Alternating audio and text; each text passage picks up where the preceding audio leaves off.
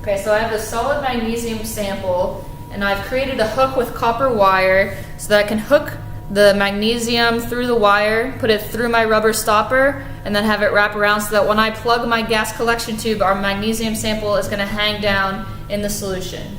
So I'm reacting that magnesium with hydrochloric acid, which I've measured out about 20 milliliters, and I'm going to add that to my gas collection tube.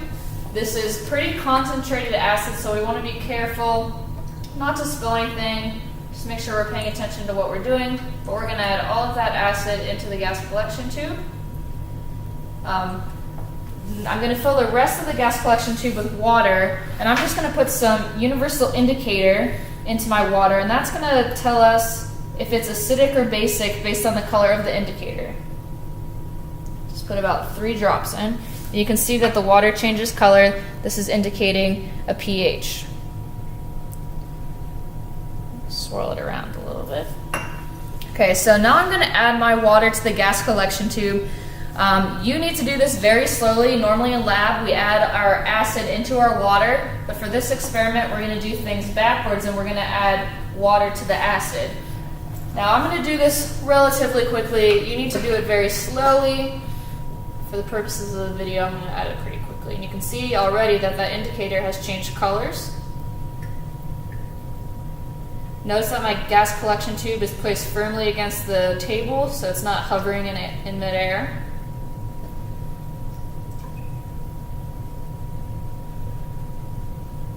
So we're going to fill this all the way up. When you get towards the top, you don't want stuff going back up into your funnel.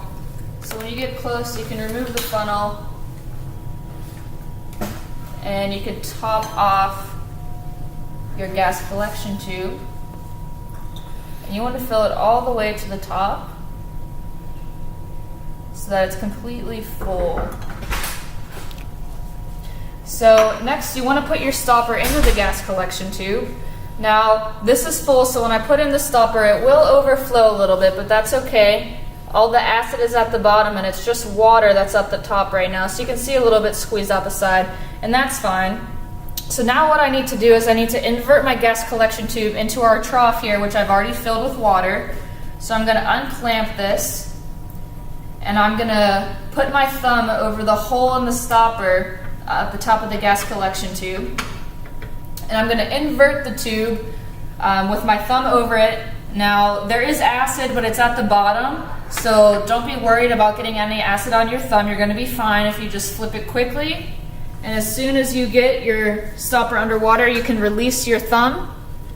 The acid will make its way down to the magnesium sample and your reaction will begin. You can get your partners to bring your clamp over and arrange it so that your gas collection tube is in your water trough and it's clamped, and then you can wait for your reaction to begin. As gas is produced in your reaction, it's going to displace water from your gas collection tube. You'll be able to measure how much gas has been collected and produced in your reaction.